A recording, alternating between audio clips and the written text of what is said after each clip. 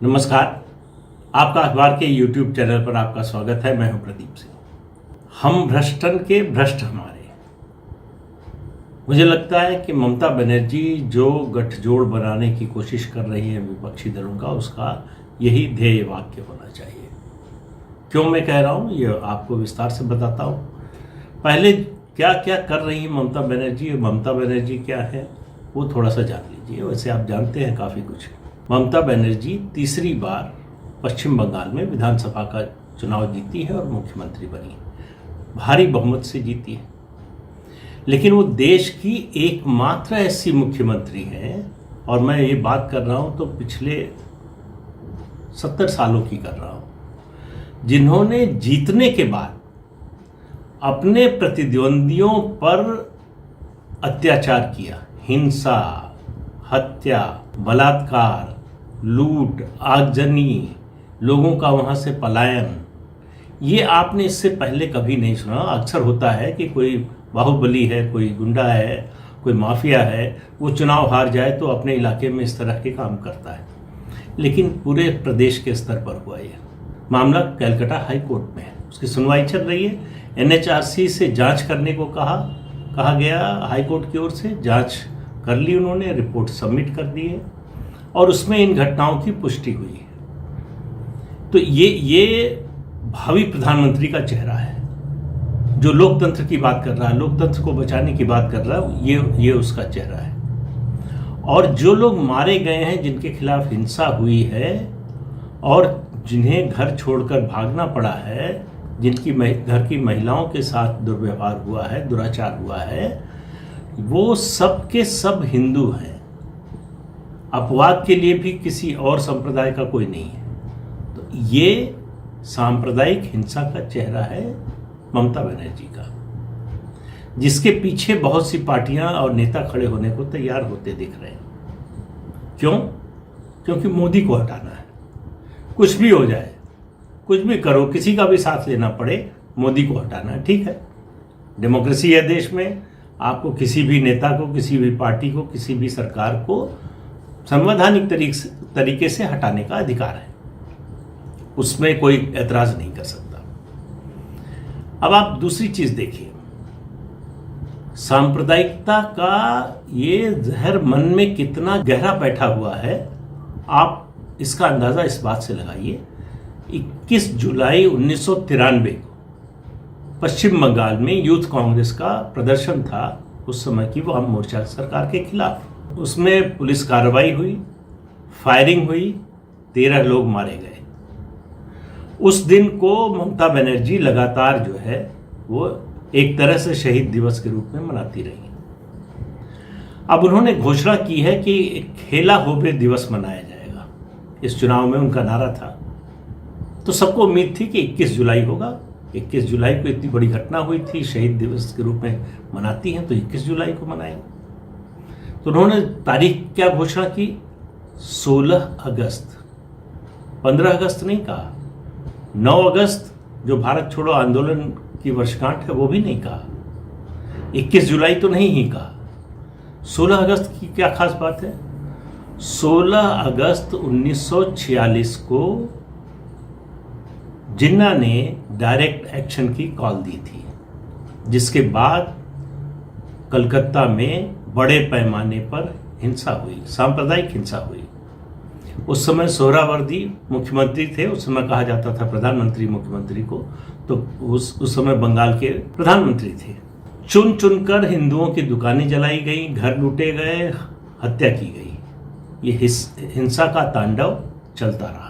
उस दिन में ऐसी क्या खास बात है कि ममता बनर्जी ने उस दिन को खेला होबे दिवस के रूप में मनाने का फैसला किया है? वो दरअसल माइनॉरिटीज को एक संदेश भेज रही है कि देखो, हम तुम्हारे मुद्दों से, तुम्हारे पूर्वजों ने जो किया उससे कितना गहरे जुड़े हुए हैं। तो ये हिंदुओं के लिए भी संदेश है कि सुधर जाओ, लाइन पर आ जाओ, नहीं तो वही होगा जो 16 अगस्त 1946 को हुआ था। तो ये एक तरह की चेतावनी है। अब हम भ्रष्टन के भ्रष्ट हमारे, मैंने क्यों कहा? अब आप देखिए कौन लोग साथ में आ रहे हैं, उनको किन लोगों को बुलाया। कल उन्होंने वीडियो कॉन्फ्रेंसिंग के जरिए कुछ नेताओं से बात की, भाषण दिया। और मोदी सरकार के खिलाफ एकजुट होने की अपील की। 2024 के लोकसभा चुनाव की तैयारी के लिए अभी से जुटने का आह्वान किया। शरद पवार के बारे में ज़्यादा कुछ बताने की ज़रूरत नहीं, इससे पहले भी मैं बता चुका हूँ 1-2 वीडियो में किस तरह के नेता हैं, क्या उनकी ख्याति है, ये सबको पता है। और वो इस पूरे पैक में, इस पूरे जो गठबंधन का जो स्वरूप अभी नज़र आ रहा है, उसमें सबसे अविश्वसनीय है। वो कब किधर चले जाएंगे कुछ पता नहीं है। 2 मुलाकातें उनकी लंबी प्रधानमंत्री से हो चुकी हैं, क्या बात हुई किसी को पता नहीं है, अटकलें हैं। कभी कहा जाता है कोऑपरेटिव के बारे में बात करने गए थे, कोई कहता है कृषि के बारे में कानून के बारे में बात करने गए थे, लेकिन ऐसा संभव नहीं है कि शरद पवार जाए और कोई राजनीतिक बात ना हुई। तो उन पर आप नज़र रखिए। दूसरा किसको बुलाया उन्होंने? पी चिदम्बरम। भ्रष्टाचार के आरोप में मुकदमा चल रहा है, जेल काट के आ चुके हैं। आप देखिए किस तरह के। तेजस्वी यादव, राजनीति में आने से पहले उन्होंने भ्रष्टाचार के आरोप से ख्याति अर्जित कर ली थी। अखिलेश यादव, जिनके खिलाफ रिवर फ्रंट घोटाले की अभी जांच चल रही है उनकी सरकार के खिलाफ, और तमाम मामले हैं। और उनकी सबसे बड़ी विशेषता यह है कि अगर कहीं कोई आतंकवाद के आरोप में गिरफ्तार किया जाए तो उनको बेचैनी होने लगती है। उनकी पूरी कोशिश होती है कि उसको किस तरह से बचाएं, छुड़ाएं। और वो सत्ता में होते हैं तो मुकदमा वापस लेने की कोशिश करते हैं, सत्ता से बाहर होते हैं तो ये ऐलान करते हैं कि हम सत्ता में आएंगे तो मुकदमा वापस ले लेंगे। उनको यूपीए एटीएस पर भरोसा नहीं है। फिर उसके बाद कौन है, मतलब नाम जो लिए गए हम उनकी बात कर रहे हैं, कौन आएगा साथ बाद में कौन नहीं आएगा ये अभी कुछ पता नहीं है। जगन मोहन रेड्डी आंध्र प्रदेश के मुख्यमंत्री हैं, उनका एक पैर अभी से जेल में है। उनके खिलाफ आय से अधिक संपत्ति का मामला चल रहा है, उसमें चार्जशीट फाइल हो चुकी है, किसी भी दिन उनकी गिरफ्तारी हो सकती है। इसमें सिर्फ मामला टल रहा है इसलिए बचे हुए। डीएमके 2G घोटाला आपको याद होगा, डीएमके के ही लोग थे, राजा उन्हीं के मंत्री थे, उसमें कनिमोझी का भी नाम था। हालांकि हाई कोर्ट से अभी उस मामले में ये लोग बरी हुए हैं, लेकिन सुप्रीम कोर्ट में जाएगा मामला तो क्या होगा, क्योंकि सीएजी इसके खिलाफ रिपोर्ट दे चुकी है, सुप्रीम कोर्ट के कहने पर जांच शुरू हुई थी।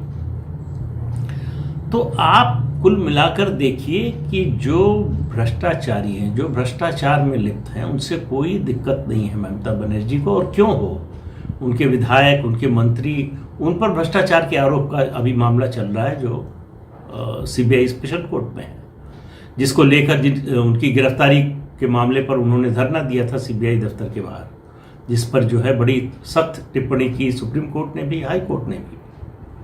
सुप्रीम कोर्ट ने यहाँ तक कहा सीबीआई से कि अगर आप इनके खिलाफ एक्शन क्यों नहीं लेते।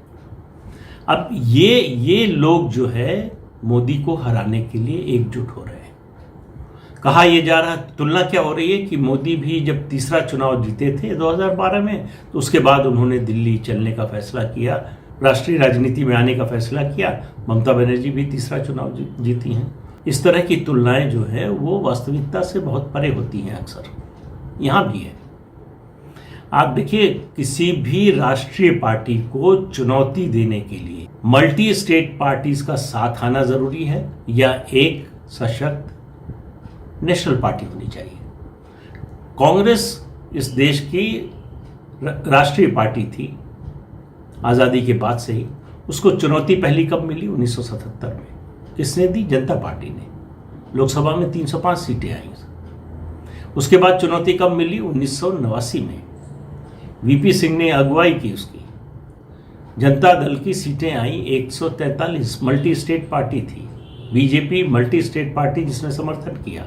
वाम मोर्चा मल्टी स्टेट पार्टियों का गठबंधन, उसने समर्थन किया, तब चुनौती देकर हटा पाए। फिर कब हुआ ये? फिर उसके बाद हुआ 1998 में, जब बीजेपी राष्ट्रीय पार्टी बनने की ओर, मल्टी स्टेट पार्टी तो थी ही, उससे आगे एक कदम और राष्ट्रीय पार्टी बनने से एक कदम पीछे थी, तब चैलेंज किया।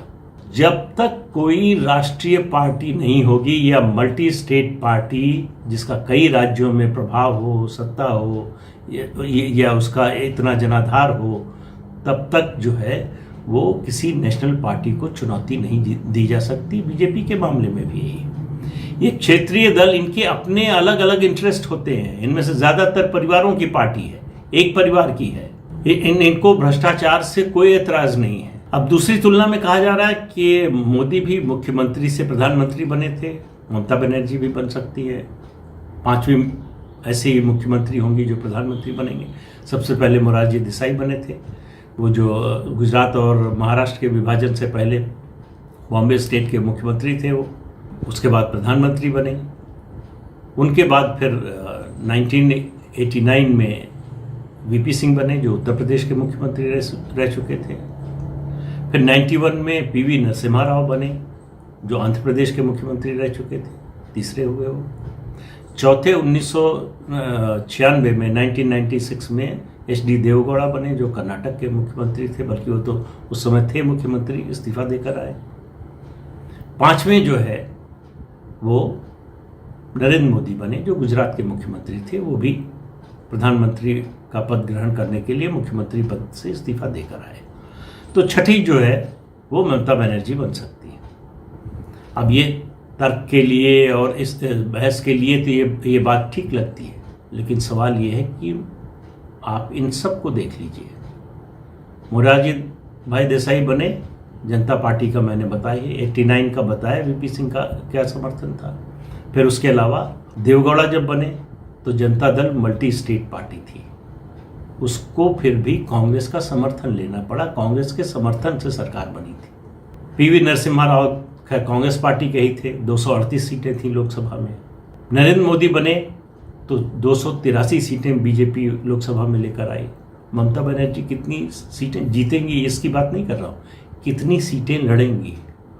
बंगाल से बाहर उनकी पार्टी को कोई जानता नहीं है, कोई जनाधार नहीं है, कोई संगठन नहीं है। ज़्यादा से ज़्यादा 42 सीटें लड़ेंगी और 42 सीटों में से भी कितनी जीतेंगी इस पर बड़ा संदेह है।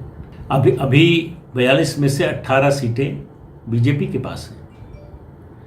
तो आप अंदाज़ा लगाइए कि इनमें से कोई पार्टी ऐसी नहीं है, कांग्रेस पार्टी को छोड़ दें, जो अपने राज्य से बाहर जिसका जनाधार हो, संगठन हो। फिर अलग अलग पार्टियों के राज्यों में अलग जो है अपने अपने झगड़े हैं। तमिलनाडु में डीएमके AIDMK के साथ नहीं आ सकते, उत्तर प्रदेश में सपा बसपा नहीं आ सकते, बिहार में RJD और JDU नहीं आ सकते। इसी तरह से आंध्र प्रदेश में जो है जगन रेड्डी की पार्टी और तेलुगु देशम साथ नहीं आ सकते। तो इन पार्टी जो लोग सत्ता में हैं, एक और मुख्यमंत्री का नाम लिया गया, उसमें जिनसे अपील की है वो है उड़ीसा के नवीन पटनायक। नवीन पटनायक कभी इस तरह की ग्रुपिंग में, कभी इस तरह के गठबंधन में शामिल नहीं हुए। बीजेपी से उनका अलायंस था, वो टूट गया। उसके बाद से वो उड़ीसा तक अपने को सीमित रखे हुए, राष्ट्रीय राजनीति में आने की उनकी कोई महत्वाकांक्षा नहीं है। तो वो क्यों ममता बनर्जी के साथ और कांग्रेस के साथ जाएंगे, जिस कांग्रेस को इतनी मेहनत करके इतने सालों में किसी तरह से उड़ीसा से उन्होंने ख़त्म किया, उसको क्यों फिर पुनर्जीवित करने की कोशिश करेंगे। अब ये सब बातें जो है, जो तर्क है, जो रैशनल है किसी भी गठबंधन का, उसके सब खिलाफ है। लेकिन ये सब एक हवा बनाने के लिए, कुछ लोगों को काम मिल जाएगा, बहुत से राजनीति में बेरोजगार लोग घूम रहे हैं, उनको काम मिल जाएगा, कुछ राजनीतिक रणनीतिकारों को काम मिल जाएगा और ममता बनर्जी की वाहवाही होगी। लेकिन सवाल ये है कि इस देश की जनता इतनी नासमझ तो नहीं है। पश्चिम बंगाल में जो कुछ हो रहा है उसके बाद प्रधानमंत्री के रूप में उनके नाम पर विचार करने से भी डर लगता है। और जो लोग उनका समर्थन करने के लिए खड़े हैं, समझ लीजिए कि वो किस तरह के हैं। तो ये दरअसल भ्रष्टाचारियों का एक सम्मेलन है, जिनको भ्रष्टाचार से कोई एतराज नहीं है। उनको मोदी से एक बड़ी शिकायत ये है कि धीरे धीरे भ्रष्टाचार के जितने एवेन्यूज थे, जितने रास्ते थे, वो बंद करते जा रहे हैं। जिस तरह से टेक्नोलॉजी का इस्तेमाल कर रहे हैं, प्रधानमंत्री के यहाँ कोई थैला, कोई ब्रीफकेस नहीं पहुंचता। तो ये भी बेचैनी है कि अगर प्रधानमंत्री पैसा ले रहे होते तो हमको भी छूट देते हैं, वो भी कष्ट है। तो कष्ट तो बहुत सारे हैं और बदलाव बहुत सारा हो रहा है, इसलिए भी कष्ट है। लेकिन ये जो कोशिश है, ये मुझे नहीं लगता कि ये सिरे चढ़ने वाली है। इस तरह की कोशिश, बल्कि इससे ज़्यादा ईमानदार कोशिश एक समय हुई थी 1971 में, जब सब विपक्षी दलों को लगा कि अगर सब मिल जाए तो इंदिरा गांधी को हटा सकते हैं। सबने मिलकर सीट एडजस्टमेंट किया, गठबंधन किया, चुनाव लड़े, बुरी तरह से हारे। ये 2-4 चुनाव में नहीं होता, चुनावी राजनीति में नहीं होता, वहाँ अर्थमेटिक से ज़्यादा केमिस्ट्री काम करती है। इसलिए ये जोड़ लेना कि इनके खिलाफ इतने परसेंट वोट इनके खिलाफ है, इतने पक्ष में है, खिलाफ वाले मिल जाएंगे तो हम जीत जाएंगे, ये ऐसा होता नहीं चुनाव में, कहीं नहीं होता है। उत्तर प्रदेश में अभी 2019 में सपा बसपा ने करके देख लिया। सबको लगता था कि सपा बसपा उत्तर प्रदेश में मिल गए तो फिर तो बीजेपी का सफाया है, वैसा हुआ नहीं कुछ। बिहार में हो गया था 15 में, क्यों हो गया था? केमिस्ट्री थी। लालू प्रसाद यादव और नीतीश कुमार दोनों एक ही दल से निकले हुए, एक ही आमे से निकली हुई ईंटें थी, इसलिए उसकी केमिस्ट्री बन गई, अर्थमेटिक भी बनी, केमिस्ट्री भी बनी। लेकिन इन लोगों की न तो कोई अर्थमेटिक उस तरह से बनती हुई दिख रही है और केमिस्ट्री तो है ही नहीं। तो ये शिगुफा है जो छोड़ा गया है। 2024 तक कुछ तो करना है विपक्ष को, तो गवर्नेंस पर ध्यान न जाए लोगों का, उससे ध्यान भटकाना है। जो कुछ बंगाल में हो रहा है उससे लोगों का ध्यान हटाना है। तो अपनी राष्ट्रीय महत्वाकांक्षा दिखाइए। और जो लोग बेकार बैठे हुए हैं, जिनको कोई पूछ नहीं रहा है, वो आपके साथ आने को तैयार हैं। तो मुझे तो नहीं लगता कि ये जो है खिचड़ी पकने वाली है। कोशिश कितनी भी हो, काठ की हांडी भी एक बार चढ़ती है, लेकिन ये हांडी एक बार भी नहीं चढ़ने वाली। आज के अंक में इतना ही। अगले अंक में फिर मिलेंगे किसी नए मुद्दे के साथ। तब तक के लिए इजाज़त दीजिए। नमस्कार। जाते जाते आपको फिर याद दिला दें कि ये चैनल देखिए, शेयर कीजिए और सब्सक्राइब ज़रूर कीजिए। नमस्कार।